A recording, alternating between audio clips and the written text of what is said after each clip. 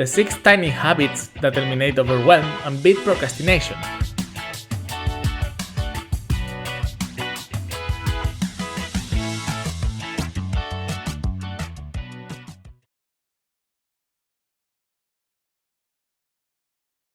In this section, I would like to talk about self-talk. We should be cautious of what we tell ourselves. Research states that how we communicate will significantly affect our subconscious mind and directly impact our actions. Positive self-talk can drastically change the outcome of our goals.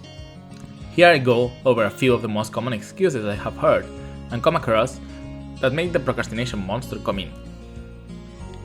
It's not for me. This excuse gets direct into one of our core principles here. Things that you want to do should be things that you love or prerequisites to go towards things that you love. If not, you need to reconsider exactly why you're doing so. If you love something and need to learn things on this topic, the excuse, "it's not for me," does not really make sense. Of course it's for you. If doing so will get you closer to your dreams, then isn't it really tailored to you? You need a lot of willpower. Willpower is not a constant factor. Think about how often people want to go to the gym and start super motivated, and motivation vanishes in a few days. Then they do not go to the gym anymore, and 1 or 2 years pass until they get motivated again. Will they achieve their goals like this? It does not seem so to me. Instead, we focus on building daily habits that yield outstanding results over time. No willpower is needed. I am not smart enough. This is something I have always been amazed with. Take maths, for example. Are people who are good at maths very smart? While some people may have some inherent advantages, math is a purely logical discipline. Every step has a logic that breaks down to the most basic principles.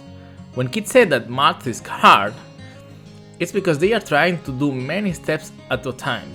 But then logic gets complex. Do you see? When you go step by step in tiny steps, things are straightforward. However, when you take too many steps simultaneously, things can get incredibly complex. In conclusion, you can always spend a little bit more of time and simplify. I am too old for this. Even if that were true, according to science, there are incredible advantages in learning for your physical and mental health. There is blasting evidence that can destroy the excuse. Take Stan Lee, for example. Do you know him? He created his first big hit, The Fantastic Four, when he was 39. Richard Branson started Virgin at more than 50 years old. And like this, countless people just want to learn something and did it independently of their age. Why wouldn't you be able to? You need a lot of time. You need time, yes, but it may be less than you're imagining if you do things the right way. In fact, what this myth reflects is the lack of clarity on the goal that needs to be pursued. If you really want to pursue a goal, then there is no doubt and you will of course take time. However, generally, lack of clarity is the issue that makes you go from side to side without a clear focus. If you're clear, then you have a strong focus on where you're going. Then your feeling of progress is going to be amazing. You're going to have this extra feeling of congruence where all your body and mind clearly states, yes, this is exactly the best way to be spending my time right now.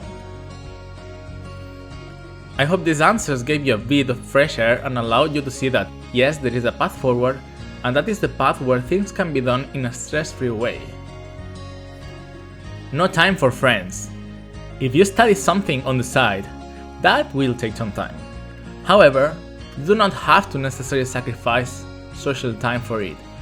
That would make you unhappy and less effective. I need you happy and energetic. In fact, the complete opposite is true.